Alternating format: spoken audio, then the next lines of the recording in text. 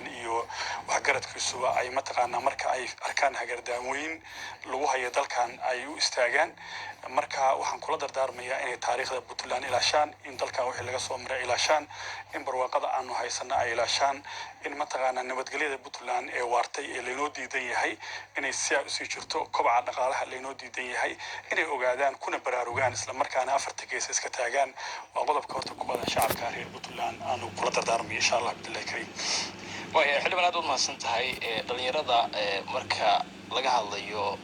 shacabka reer Puntland ama guud ahaan ummadda Soomaaliyeed waxaa la yiraahdaa boqolkiiba 70 iyo 75 waa tiro aad u badan oo aqlabiyadii ummadda haddana waxaa jirta in dhalinyarada mararka qaarkood loo adeegsado waxyaabo hagardaamo ku ah waddanka gaar ahaan Puntland haddii aan ka hadalno dhalinyarada waxaad moodaa in loo adeegsanayo waayadan dambe inay ka shaqeeyaan dhibaatooyinka Puntland iyadoo ay jiraan dhalinyaro badan oo wanaagga Puntland ka shaqeeya arrimahaas maxaad ka oran lahayd maadaama aad una tahay xildhibaan dhalinyaro horta marka ugu horeysa waxaan rabaa dhalinyarada reer Puntland inaan salaamo hadda koor markaan xildhibaan ka noqday marar badan baan la hadlay meel badanna waan kula hadlay Chinese-kii dhalinyarada reer Puntland hadda uu kobcay hadda soo baxay waxa weeye madaxweyne ilaa min wasiir dhalinyarada maanta dalka talada haysa dad fiirisid waa dhalinyaro mataqaana aan oran karno waxay ku barbaareen oo ku soo barteen wax dalka gudihiisa mana ahayn dad qurba jooga hadda banaanka inuu ka yimid dhalinyarada waxaan aaminsanahay inay yihiin dalka horukiciisa iyo horumarkiisa meesha laga higsan karo taladii dalku maanta waxay ku soo wareegtay dhalinyaradii waxaa marka dhalinyarada in la dardaarmo maanta la kala hadlo special dhalinyarada jaamacadaha dhigata oo waxgaradka oo dhalinyarada wiilal iyo gabdho isugu jira dhalinyarada dugsiga sare maanta ku jirto aadka u qurux badan waxa weeye waxa bilaamay dawladii federaalka ahayd ee anagu aanu dooranay aan ogtihiin Puntland inay ahayd asaaskii iyo hooyadii federaalka sidii maamulayaashii maamul goboleedyada dakhliga aan ku bixinay iyo juhdiga isaabka siyaasadda aan ku bixinay aad ogtihiin waxa ka mid ah galmudug waxa ka mid ah mataqaanaa Hirshabeelle waxa ka mid ah Koonfur Galbeed waxa ka mid ah Jubbaland waxa jira marka dawladii federaalka ahayd oo aynu dooranay oo aad ogeydeen in Puntland inay san dawladda federaalka hagardaamo ku hayn dhalinyaro waxaan idin sheegayaa markii halkan madaxweyne Farmaajo yimid iyo ra'iisul wasaare Khayri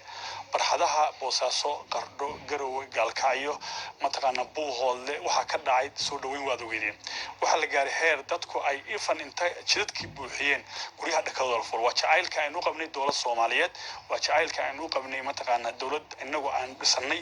oo inagu aanu dooranay in xagtiin gaartaan ayna jeclayn dawladii noocaas ahayd waxay bilowday marka meeshay mataqaana ka kobcin lahayd maamuladii la shaqeyn lahayd maamuladii inay dumis ku bilowdo maamuladii waad ogeydeen galmudug aynu dadka deegaan ahaan inuu ku dhaweyd sida ay hadda maanta marxaladeeda waad ka warqabtaan waad ogeydeen dhisidii Puntland hadda aad ogeydeen waaga dhow doorashooyinka malaayiin lacag bay mataqaana federaalku soo galiyeen waad ogeydeen xataa waxay gaareen heer baabuur bulletproof ay burada ay ka soo dejiyaan iyagoo markaa raba inay hijaagareeyaan doorashadii xorta ahayd oo xalaasha ahayd oo Puntland markaa nidaamka ay ku socotay waxay sameeyeen facebookyo dhalinyaro aan la aqoon magacyo aan la aqoon oo ama meel kasta joogana oo lagu hagardaameynayo dalka horumarkiisa dhaqaalihiisa siyaasaddiisa waxgaradnimadiisa isla markaana madaxda dawladda xildhibaanada dadka siyaasiyiinta dadka waxgarasta ninkii markaa laga arko muwaadiniinta ku jirta lagu maagayo marka waxaan idinka digayaa inaad astaantiina calanka qaadataan inaad horumarkiina ka shaqeysaan inaad dawladdiina iyo shacabkiina taageertaan inaad muujisaan inaad tihiin hantida kaliya maanta Puntland ay leedahay waxa ugu muhiimsan waa human resource waxa ugu muhiimsan waa dhalinyaro doorka ay ka qaadan karto waxa weeye inay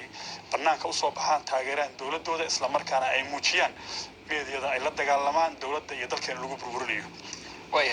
dawladda federaalka ayaad sheegtay inay caqabad ku tahay Puntland iyo maamulada kale ee dalkaba waataynu weyna dhawaan beesha caalamku inay soo jeediyeen baaqa in dawladda federaalku hab dhaqankeeda ay wax ka bedesho arrimahaas ka xildhibaan ahaan sidoo aragtaa arrimahaas horta waxaan rabaa inaan bulshada ay daawanaysa reer Puntland inta badan waxa dhici karta inay warar ka maqlaan in dawladda Puntland ama dawladaha maamul goboleedyada iyo federaalku ay wax u dhaxeeyaan waxaan maanta inaan halkaan idinka sheego horta federaal xageebu ka yimid yaa bilaabay yaa asaasay inaga maxaynu ka maqan maxaynu ku leedahay maxaan ka rabnaa inagu waxaad ogtihiin iyadoo la haysto filla Soomaaliya warlordsku ay ku jiraan in ciidankeenii xooga dalka Soomaaliyeed ee reer Puntland in mataqaanaa dhaqaalaheenii iyo in ka badan 3,000 oo askari iyo logisticooda ay ka dhaqaaqeen magaalada Gaalkacyo inay tageen Jowhar in halka qaarkood ku dhinteen malaria ku cuntay in ay Baydhabo tageen iyadoo madaxweyne Cabdullaahi Yuusuf Axmed Allah u naxariistay oo mataqaanaa